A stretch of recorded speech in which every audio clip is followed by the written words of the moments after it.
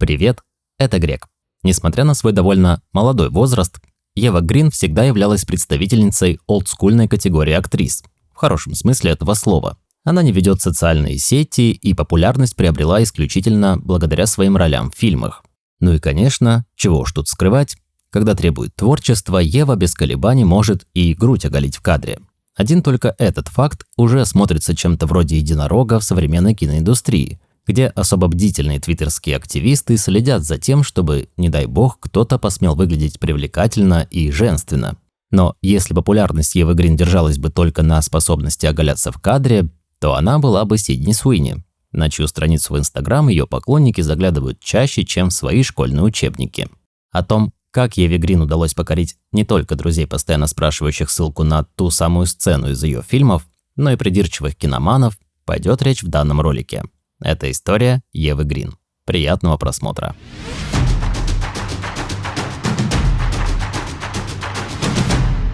Не меньше творчества актрисы общественность интересует ее фамилия, а вернее то, насколько Ева является зеленой. На самом деле фамилия актрисы правильно произносится как Грейн, так как она является шведской и досталась Еве от ее отца, который является наполовину французом, наполовину шведом. В Голливуде же над произношением заморских фамилий не привыкли заморачиваться и адаптировали Грейн в более привычный англоязычному слуху Грин. Ева родилась в Париже 6 июля 1980 года. В тот же день родилась и ее сестра-двойняшка Джой. Но о жизни последней вообще практически ничего не известно, так как она еще менее медийная, чем Ева. Росла Грин в довольно творческой среде. Ее мать Марлен Жабер является популярной французской актрисой. Дядя, Кристиан Бергер, является популярным кинооператором, который отметился работами над фильмами Михаила Ханеке. Дяде Еве он приходится не по кровной линии, а из-за того, что является мужем ее тети Марики Грин, тоже актрисы. Учитывая, что их семейные ужины без малого уже напоминали полноценную съемочную группу какого-нибудь малобюджетного фильма, шансы Евы пойти по стопам отца и стать стоматологом были невелики. И довольно рано Ева решает, что хочет стать актрисой.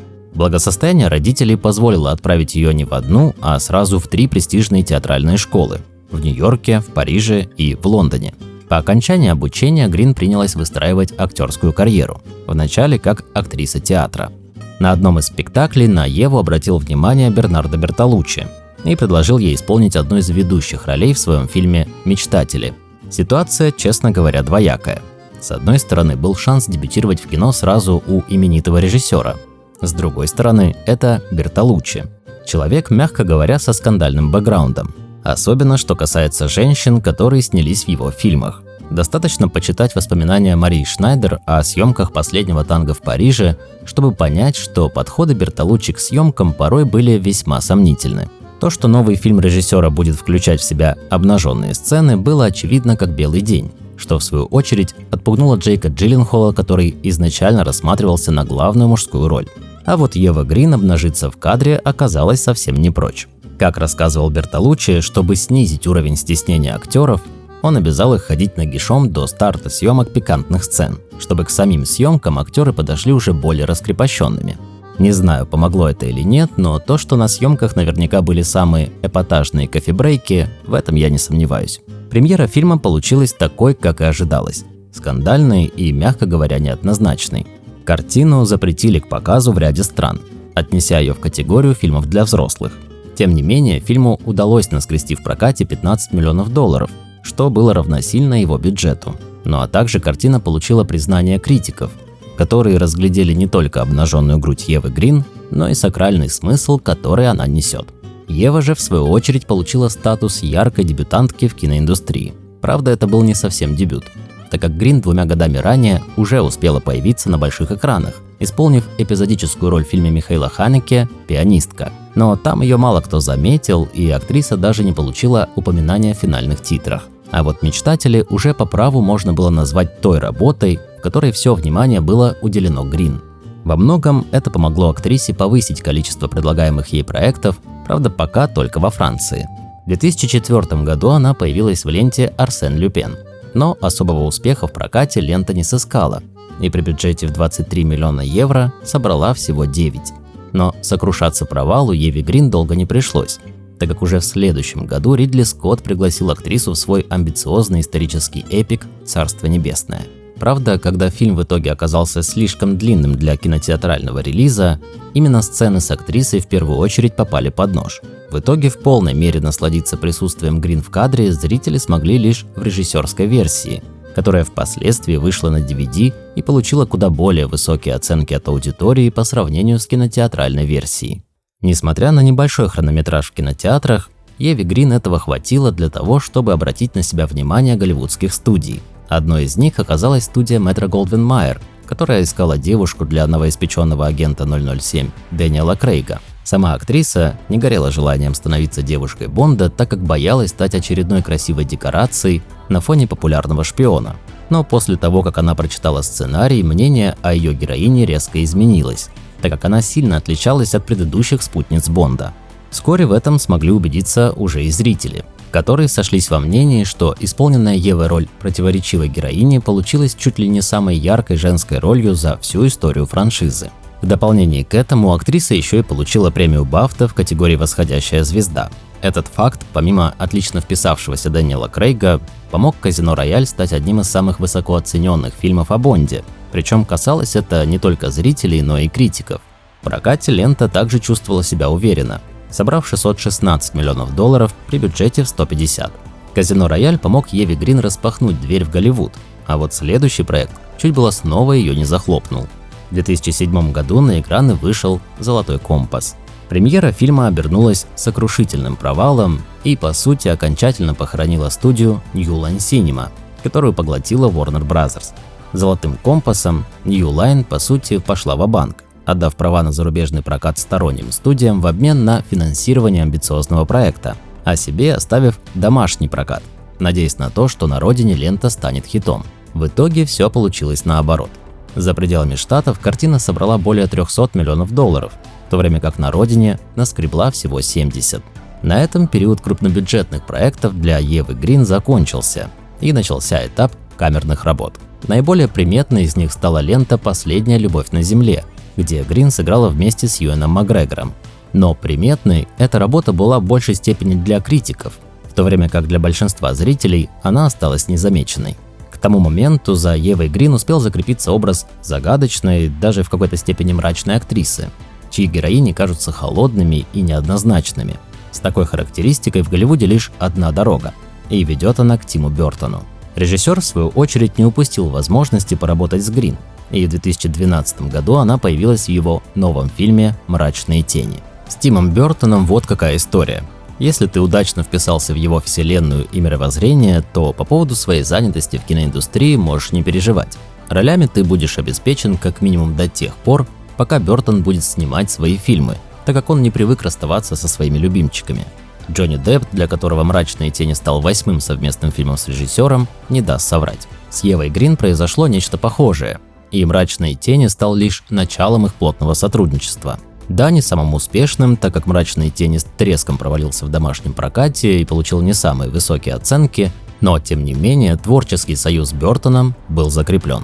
Но и без этого фильмография Евы была весьма обширной. В 2013 году она исполнила ведущую женскую роль в фильме «300 спартанцев. Расцвет империи», который является приквелом к ленте Зака Снайдера. А еще, внимание, его сиквелом, мидквелом и шмиквелом. Ладно, насчет шмиквела я не уверен, а вот термин мидквел, оказывается, и вправду есть.